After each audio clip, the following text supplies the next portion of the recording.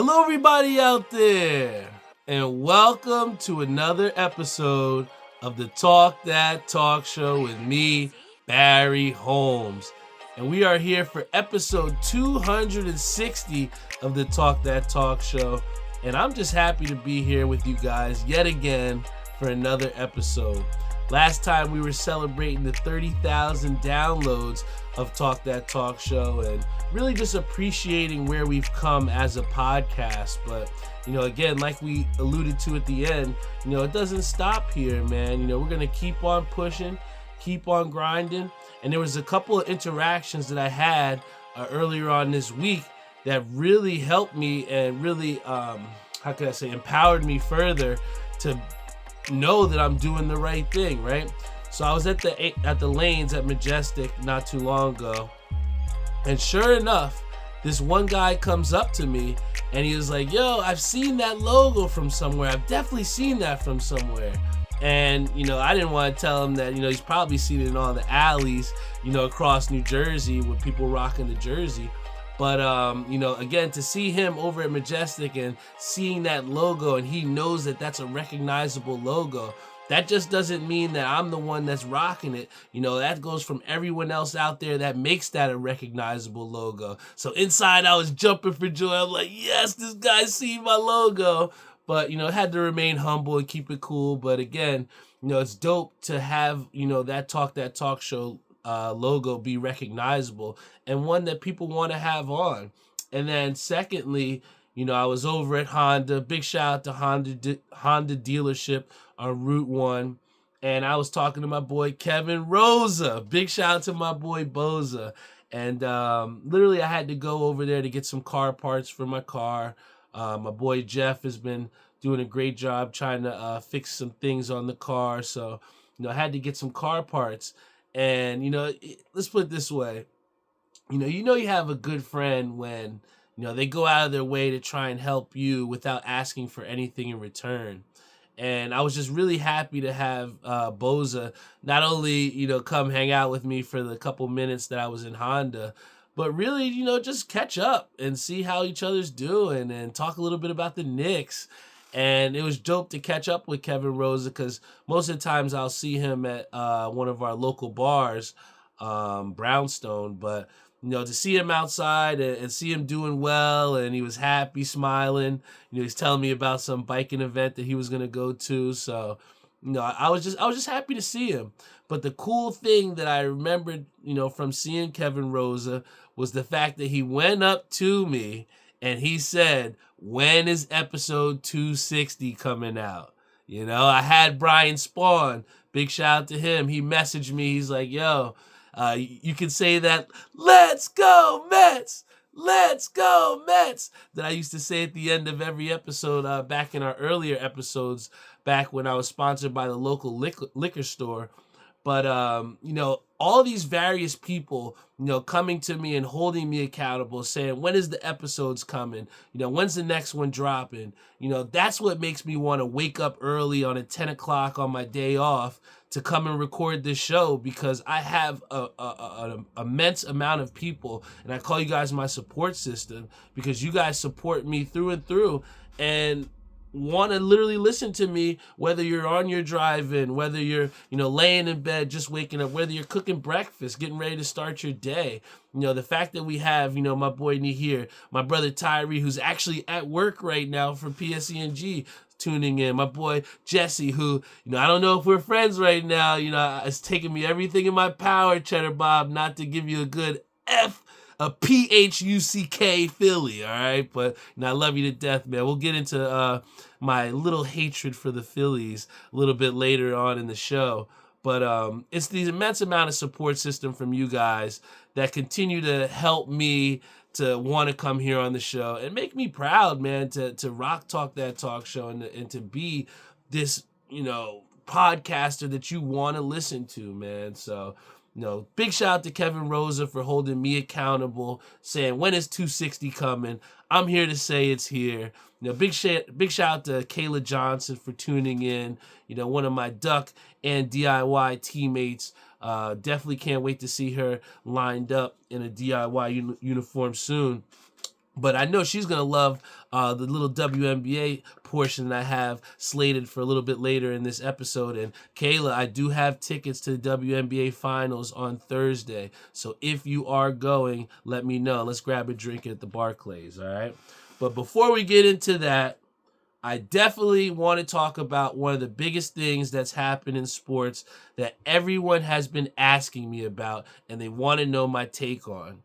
And if you know me, above the Mets, I am a huge, huge Knicks fan, and I bleed blue and orange. I was able to work sports media for quite some time, covering the Knicks, covering pretty much my favorite team ever, and having that dream job. And just because, I've transitioned to the cannabis industry does not mean my love for the Knicks is not still as apparent.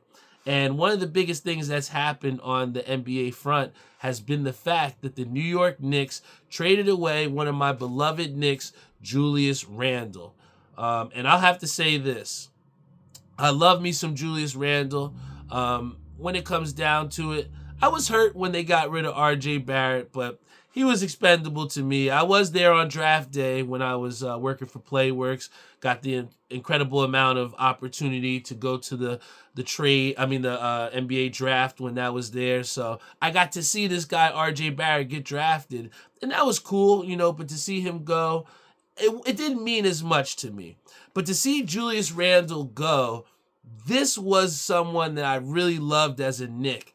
And the reason why was because he was there for the beginnings of when the Knicks were absolute dog shit before they became a contender, right?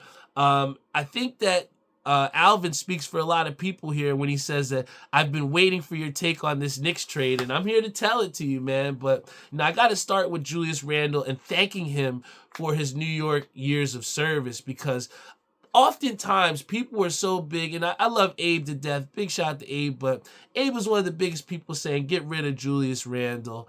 And he spoke for a lot of Knicks fans. My father was a big person that said he hated, not that he hated Julius Randle, but he felt that, Julius Randle didn't exactly fit into the flow of offense that the New York Knicks had become.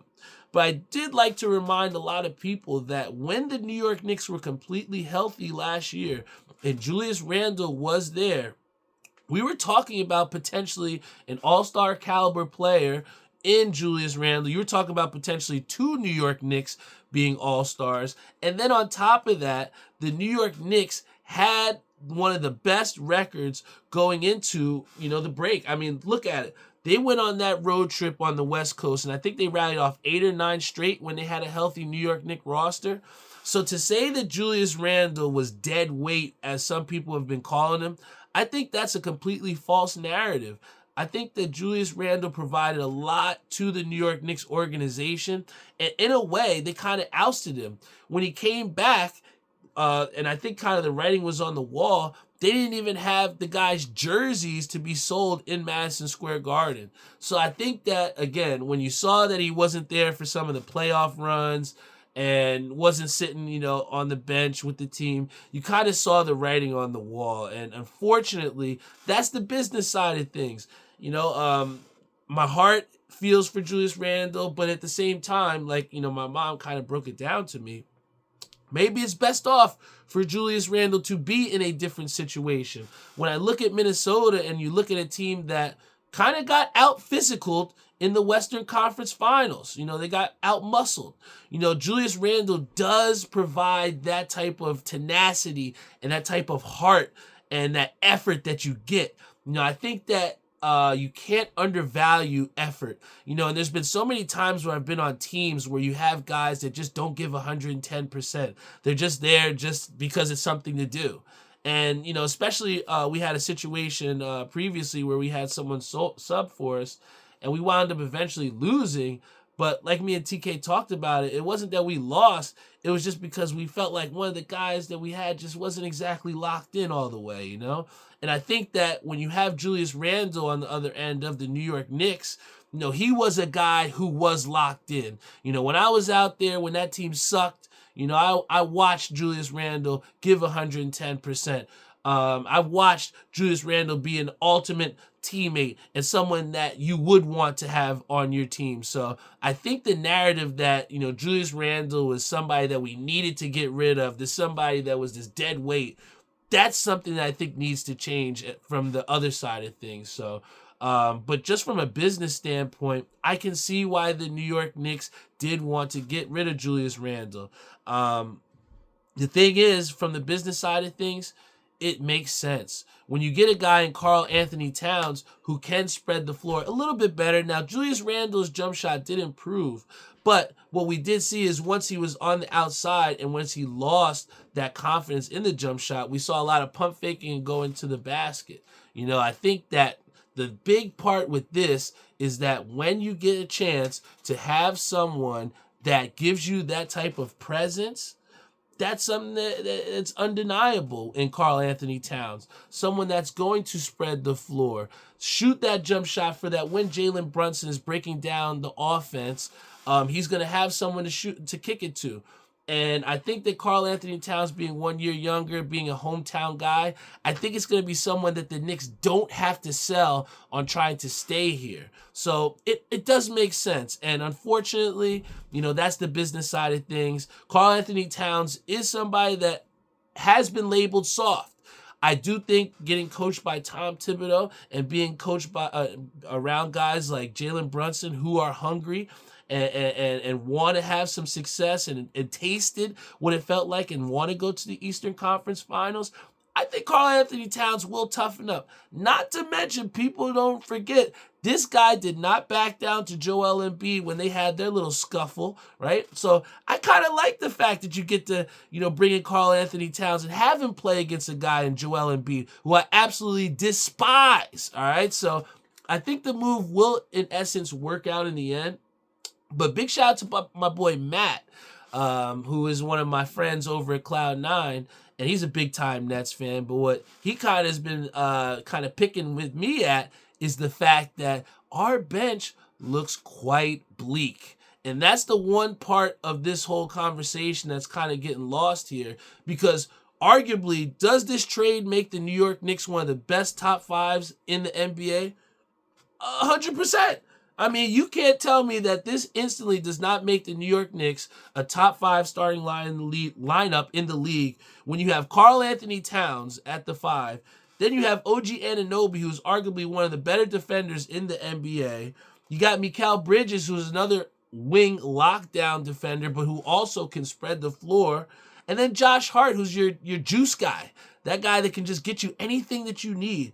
And then obviously, in my opinion, one of the MVPs of the league, you got Jalen Brunson, right? So when you add all of these players together, you got one of the top 5 teams in the NBA for starting lineup. But that bench is definitely lacking, unfortunately.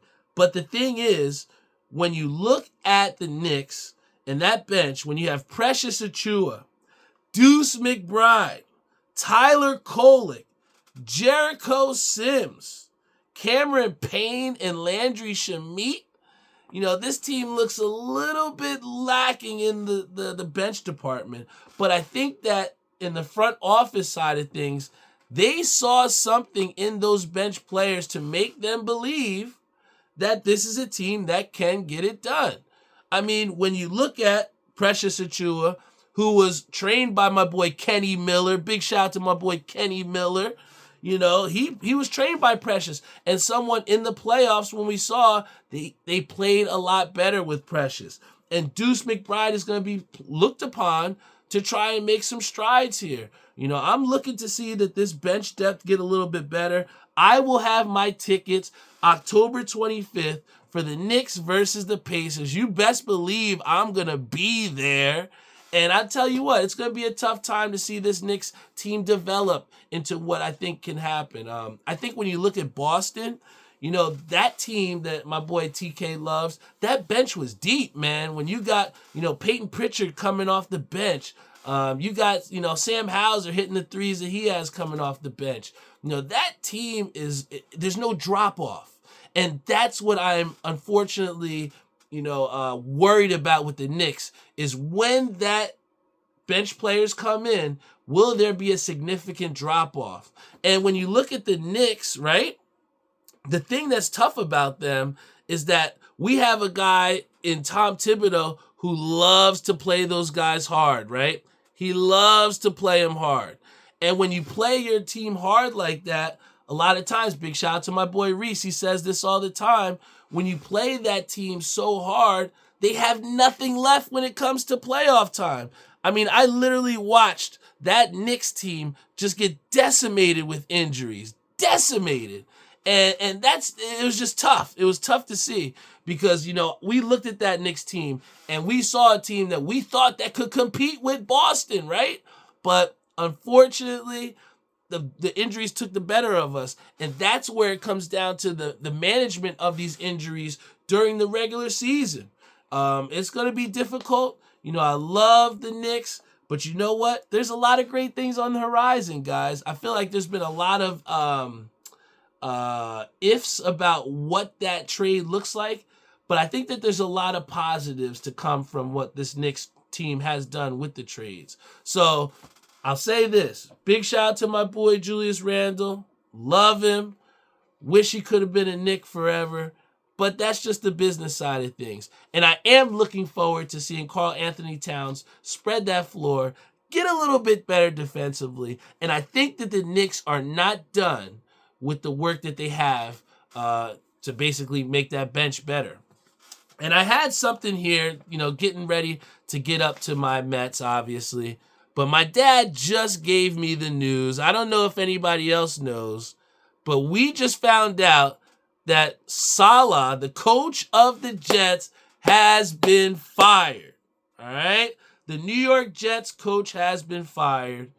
And I think it's tough because now you're looking at this Jets team that you were thinking as potentially contenders, right? It's not looking too good now in New York when you fire your coach. They're looking to see, is this guy going to completely, who is the answer, right? I really don't know. And I just don't think that the firing their coach was exactly the right move to do. Because the coach, Salah, wasn't exactly the main reason why this team failed. Mohamed Salah can't go out there and throw the football. He's not the one throwing 3 interceptions. We got my boy Alvin who says Rodgers definitely made the call to fire him. I mean, maybe he did, bro. Aaron Rodgers seems to be running this team.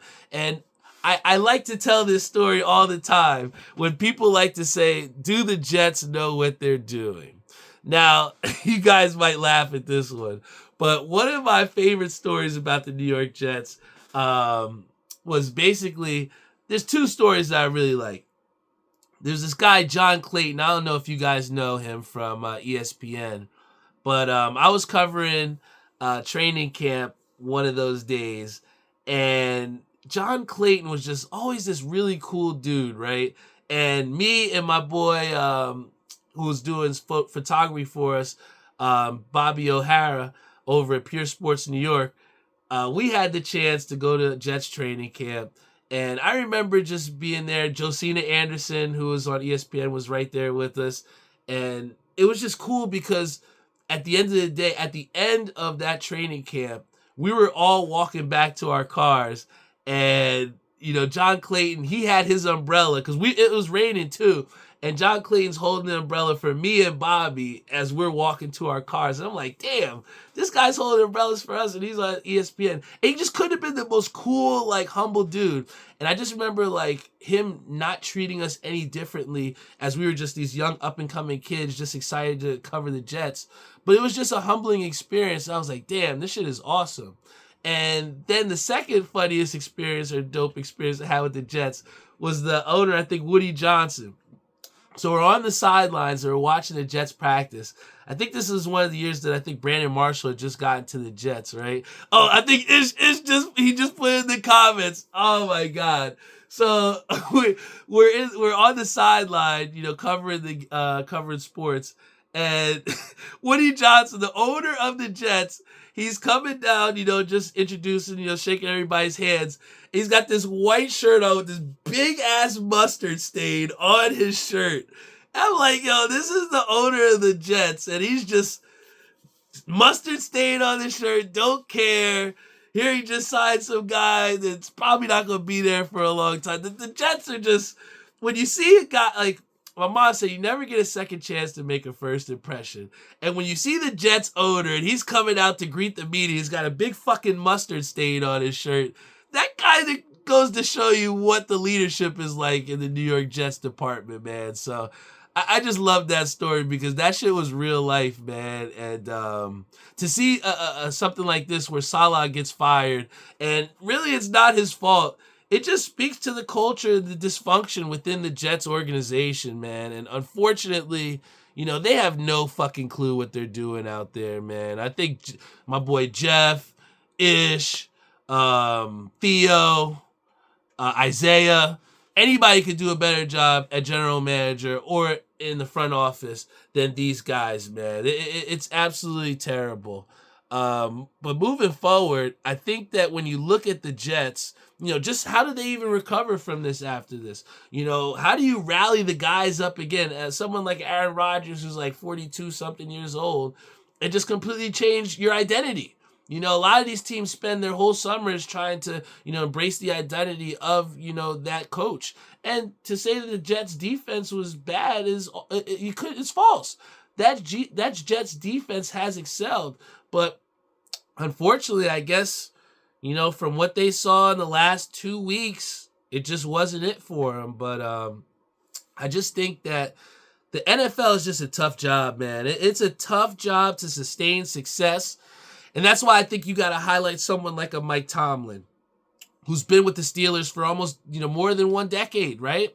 He's going on decades of service and continues to put out a competitive team, a competitive talent. So it's crazy because for me, I look and I say, damn, this guy Salah lost his job and he didn't really deserve it, right? But then you look over on the Pittsburgh side of things and you see my guy Mike Tomlin, and he just continues to take whatever he has and put out a competitive product. And even with the quarterback uncertainty that he had this year with Russell Wilson and Justin Fields, he still found a way to get this team to be over 500. And here you have the Jets, who potentially have some of the best talent on both sides of the ball, and they just still can't figure it out. So it's just going to be tough. I don't think that firing Salah was the right move for the Jets, but hopefully they can figure it out, man, because that AFC East is still wide open. The Bills haven't really shown me much. The Dolphins don't know if Tua's going to play. They're the Patriots. They're, I'm sorry, TK, but they don't look too good, man. So that AFC East is still up for grabs, which makes why they fired the coach make no sense. It's almost like, they jumped ship when they saw a little bit of uncertainty, right? It's tough, man. And it's still to think, after firing their coach, after losing a couple close games, you lose to the Broncos, who have a rookie quarterback who's going up against your top elite defense, right? This Jets team has went through it all in the last 3 weeks, and they still have a chance at the division. That's what's crazy about them firing their coach, man. Are they really to pack this in when you still got a shot at the division? It just doesn't make sense. And I just bring back the mustard stain on the shirt on Woody Johnson. Jets fans, I feel sorry for you guys, man, because, my buddy, rest in peace, Andrew, man. I know he would have a whole lot to say about this one. But, Jets fans, I don't know, man. You guys are fucked. But what I will say is this. Something that rhymes with Jets, but's a little bit more successful. Replace that J with an M, and you got the Mets, baby. The Mets, I got to recap this from the last episode. Before we were talking about the Mets being in the pennant race. being potentially ousted from the playoffs, potentially forfeiting and losing some key games. We had the most Mets thing imaginable happen where, they have to play a double header to win, to get into the playoffs. And what do the Mets do? But all they've done all year long, man. The Mets, it was looking like they were gonna blow it in that game, the first game of the doubleheader against the Atlanta Braves. And sure enough, our boy Francisco Lindor came through like the MVP that he is, right? And just showed up big for the New York Mets, man. I think the biggest thing that we have to say for the New York Mets is that this team is the never say die Mets. The never say die Mets. It always seems like when they have, their backs against their wall, that's when those bats start working, right? Well, we saw Lindor hit that home run in the wild card, in that basically wild card doubleheader, in my opinion, because even though it's a regular season game, that's a wild card game. Winner goes to the playoffs, and Lindor shows up big. He hits that home run in the top of the ninth, and against the Braves team that's had the better of us for the majority of my life. You know what I'm saying? And finally, we become triumphant over the Braves, and we get the dub in Atlanta, right? So now, fast forward it, right? And we go into the NL wild card game against the Brewers, right? And, the Mets came out ahead big, had a big time win. Game 2, it was a little bit more on the Brewers side of things. And then we go to game 3, right? Game 3, it was incredible because it was Thursday night. We were at bowling, and you could just tell that everybody there was Mets fans in the building. Everybody that you had your Mets fans, and you could tell that there were some Mets fans in the building, but I just didn't know how many Mets fans were in the building that Thursday, man. And I remember it was being like about 2 outs left in that ninth inning. And I'm looking to, I think it was Jeff. No, not Jeff. I was looking to my dad. And I was saying, I'm like, damn, yo. This could really be Pete Alonso's last at-bat as a Metropolitan. It did not look good, guys. It did not look good. But then I had to remind myself, this is the never say die Mets. They have not given up once this year. And sure enough, opposite field, Pete Alonso pulled out the biggest dinger in most of the Mets history to put us to the NLDS. That opposite field home run had me standing on top of the chair at Majestic, and I let it "Let's Go Mets" chant, and the entire building went crazy. Strike me dead if I'm lying. TK, tell him if I'm lying. Everybody in that building went absolutely bonkers. And I tell you what, those never say die Mets continue to show up with their backs against the wall. It says Pete Alonso hits the greatest home run in Mets history. Don't forget it was off Devin Williams, who has the elite changeup. Most guys will take that changeup and they'll be ahead of it and crank a foul ball way foul left pole. My boy Pete waited on that pitch and took it opposite field for one of the biggest home runs in Mets history. Not just that home run, but just everything that the New York Mets have done. Even having Edwin Diaz come out for an extended period to finish and close that game. To have David Peterson come in and shut down the door in the bottom of the ninth. To send the Mets to the NLDS. That was everything you could have asked for as a Mets fan. Because as a Mets fan, we felt nothing but pain when it comes to the big moments. And when the big moment came, Pete Alonso set the record straight that it is not a done deal. when I was asked, would Pete Alonso come back next year? Do you think they'll re-sign him? Up until that last pitch, even when he had the foul ball that he dropped, right, that eventually led to the Brewers scoring some runs, it did not look good for Pete Alonso to be in a New York Met uniform next year. But Pete Alonso has now hit himself back into the hearts of everyone in the metropolitan area with that dinger. And yo, when I say that the New York Mets are back in that New York groove, they are, baby. Because when they came into that game 1 of the NLDS, we did what?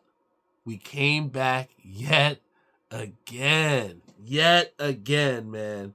And I tell you what, man, for Mark Vientos to have the stat line that he has here, I think something astronomical. He's hitting like 750 in the NLDS series.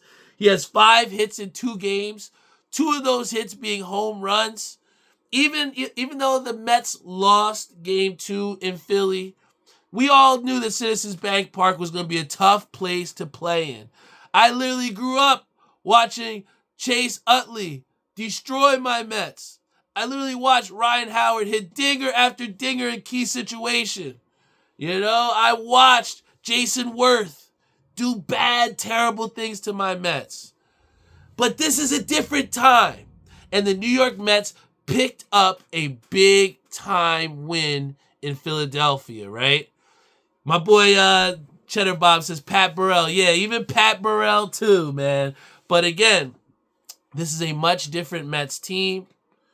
This team does not quit.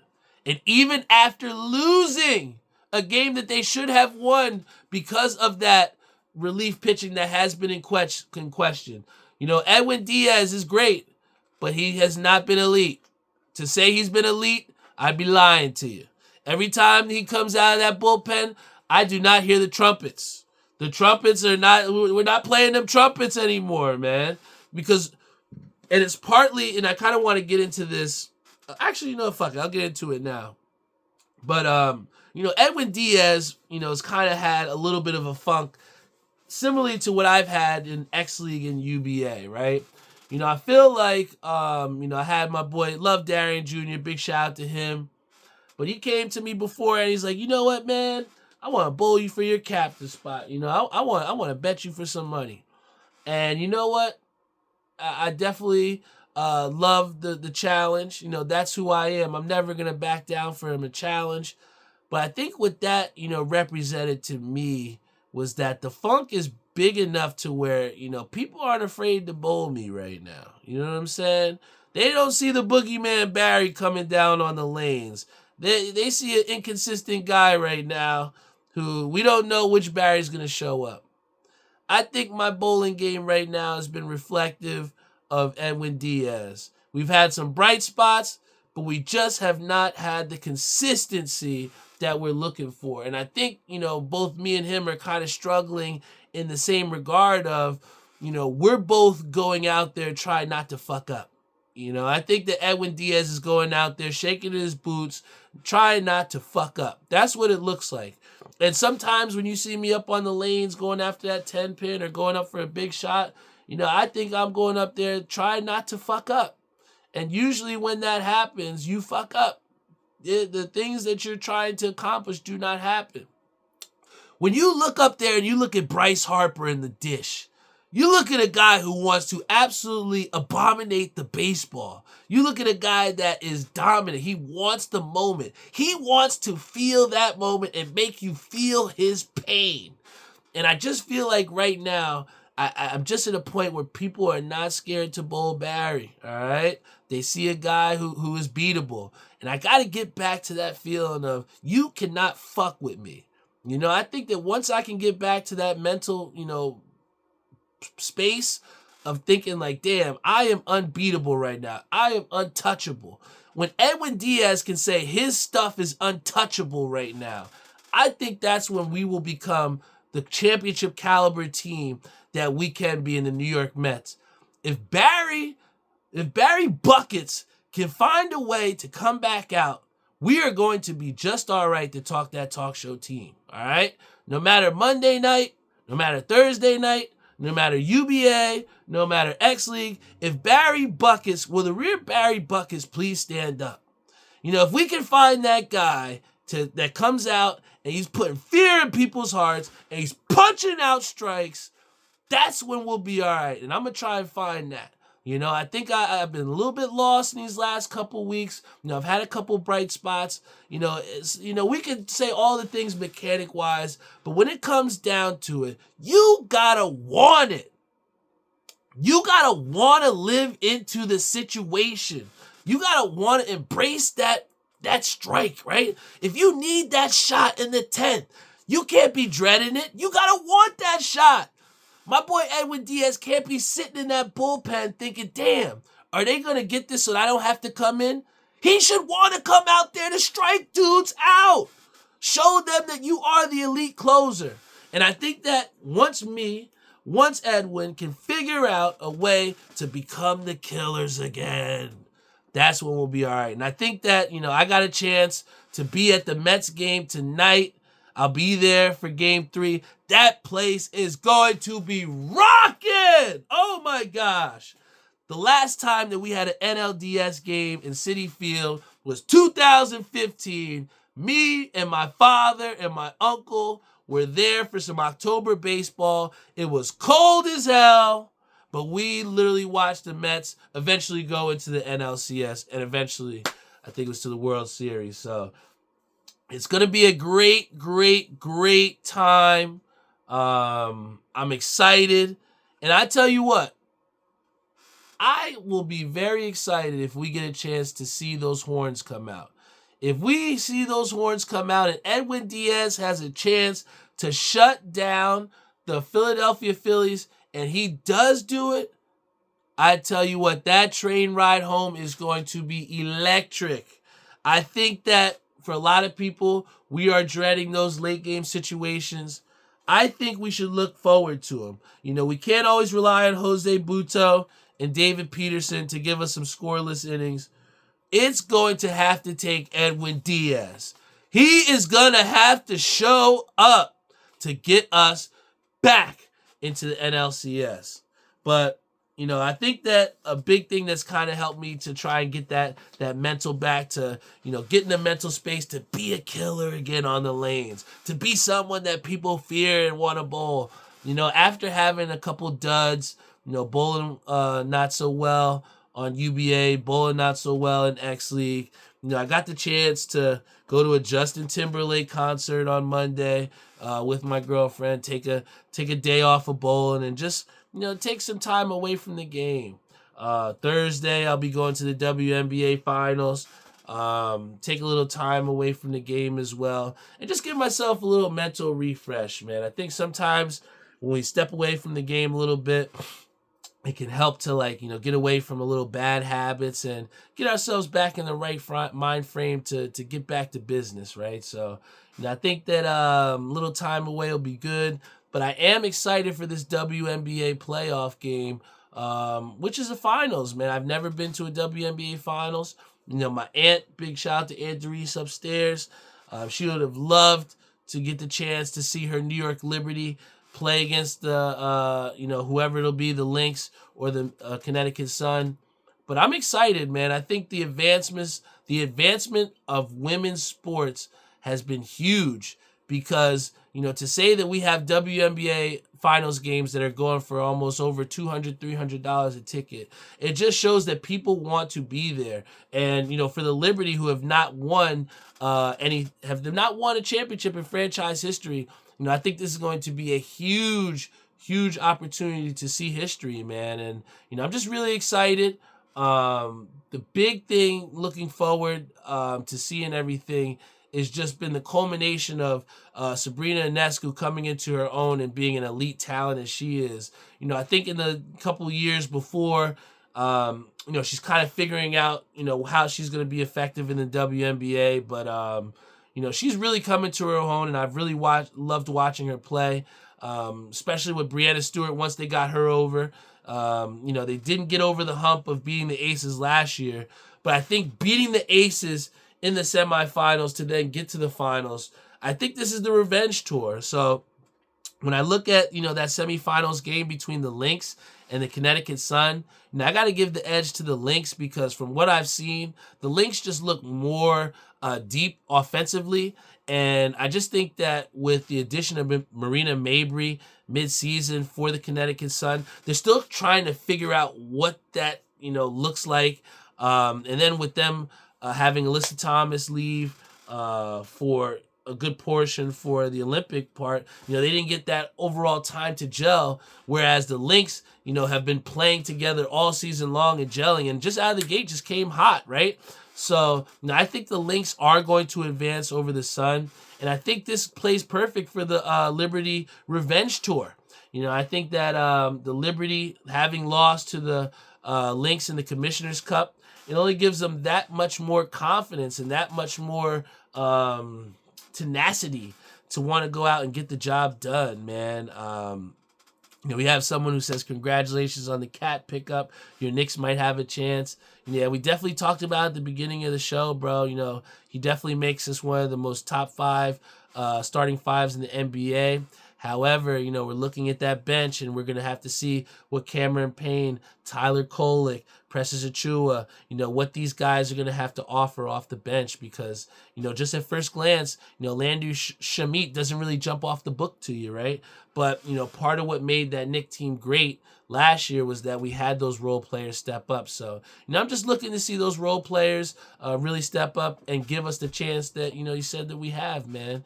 And then we have my boy Matt Smetic who says, let's go Liberty. He's putting up that Statue of Liberty. I definitely think the Liberty are going to get it done. I think that, to see them on Thursday, it's going to be electric. Even seeing Ellie the Elephant, they love her. There's definitely an atmosphere to the WNBA that if you have not gotten a chance to, you definitely have to check out, man. But thank you guys so much for rocking out with me here on Tuesday morning. I'm very excited because I will be going to the Mets game. This is what it's all about, man. Coming on to the show, handling your responsibilities, no matter what's going on. We're just making sure that we get that podcast out to you guys. Big shout out to Kevin Rosa for holding me accountable, asking me when was episode 260. I appreciate you, my brother. The fact of the matter is you asking me, it only put the battery in my back to want to get out there a little bit quicker, man. And, everyone that continues to rock out with me, whether you're on Facebook Live, Instagram, Google Podcasts, Apple Podcasts, iHeartRadio, it's what it's all about, man. And speaking of Kevin Rose, he just hopped on right now, Ozzy Woes 91. Now, I was just telling him, Kevin, thank you so much, for holding me accountable, brother. Thank you for asking when episode 260 was going to come out. I made it a point, when I hit the bed every night, I was like, damn, I got to get this episode out for Kevin Rosa, man. I got to do it for myself, obviously, but I got to do it for all those people out there that really look for this Talk That Talk show. For Alvin, who's been waiting for me to talk about this Karl Anthony Towns trade. For everyone out there that continues to wait and believe in me in this Talk That Talk show. I promise you guys, I got big things on the horizon, man. I just got approved to launch my first event in the cannabis industry. Big shout out to Isaiah for partnering up with me on this, and we're gonna be basically doing last time. If you guys remember, for the 100th episode, I ran a bowling event at Majestic.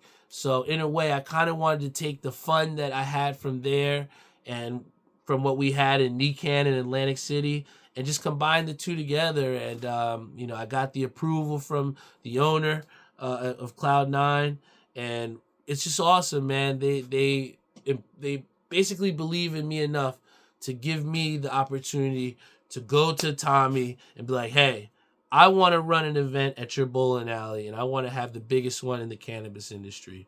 And both sides are like, yes. So December 15th, mark it in your calendars. If you want to come bowl, it's going to be $25. And all you get, and what you get is 2 hours of bowling, shoes included. And we're going to give you guys a Cloud9 goodie bag, which includes a 20% off coaster, a punch card which you can redeem in store for a penny pre-roll or an edible pack for a penny.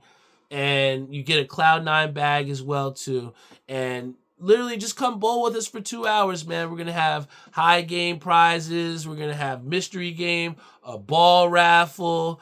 There's going to be a lot of great things in store. We're going to have a lot of great brands that have literally basically given us our verbal approval. Big shout out to Hashables, Nova Farms. They've said that they're going to be coming through. Big shout out to Sun Extracts. They said they're going to be there. And, you know, I just love like what the cannabis industry has given to me, you know, giving me an opportunity to not only be myself, but show other people, you know, some of the things that I love to do. So to be able to have a networking event where you can look across and you could potentially have Garden Greens to your right, and you could bowl and have a bowling coach that's going to help you out and just have some fun and just unwind on a Sunday for, you know, from 1 to 3. You know, that's what it's all about. You know, we'll have a little area in the back where you can do what you need to do outside, but you know, just mark your calendars. I'm going to keep reminding you guys, December 15th, we will have the bowling social from Cloud9 at Majestic Lanes. $25 will get you bowling for 2 hours, shoes included, and a bunch of goodies from us over at Cloud9. And, you know, Cloud9 is definitely giving me my biggest corner, Barry's corner, my own portion in the cannabis industry where I can literally showcase some of the best reviews and let people know. And when I was out there in Atlantic City and when I'm talking to some of these cannabis brands, it's really refreshing to know that people listen and that we do have a big influence on the game out there. So before I hop off, I do want to share with you guys one of the cops that I got, one of the things that I was really excited to grab from Cloud9. And if you ever get the chance to, you definitely have to try them out. But one of the biggest brands that people ask me, what am I a big fan of on the legal side of things? And I'll have to say this, I am a huge fan of Garden Greens. Big shout out to my boy Wasu Exotic over at Garden Greens, my boy Krusty. Big shout out to Toast, Loud Pack Lou. All I've seen from Garden Greens is nothing but genuine love, whether we're at different events. You know, they always have time to talk to you. And, you know, sometimes they slide us some nice samples. But, you know, for me, it's less about the samples. It's more about the interaction. And Garden Greens has given us nothing but love. So, you know, to highlight them on Barry's Corner is something that I look forward to. And I wanted to share with you guys over at Talk That Talk Show what you should try out if you're looking to check out some dispensaries, right? This Jelly Rancher from Garden Greens has to be one of the best halves in the game. I mean, when you have 36% THC, 1.67 CBG, 2.74 terps, you know, we're looking to have Garden Greens over at our event in December. And the reason why is because they have some of the most high quality products on the market. So if you get a chance, definitely check out that Jelly Rancher from Garden Greens. They do not miss, and I'm waiting for them to miss, and they haven't missed yet. So big shout out to them over at Garden Greens. You know we got love for y'all. But that's all I have for you guys. I got to go exercise, about to go on a walk with my pops. You know, this is the Talk That Talk Show every single week. You know what time it is. Thank you guys for being patient with me. Thank you for rocking out with me no matter what time it is. You know, whether we're in the morning, at the night, on the weekend, during the weekday. You guys continue to support me in all my different ventures. And that's why I feel like without money, I'm the richest man in the world. Because with support, I feel like I can do anything. And you guys really empower me to feel like I can do anything. So thank you guys so much for believing in me and everything that I do. I love you all. And I will see you all next week. But before we go, if you're out there listening in, at the top of your lungs, say it for me. Let's go Mets! Let's go Mets! Let's go Mets!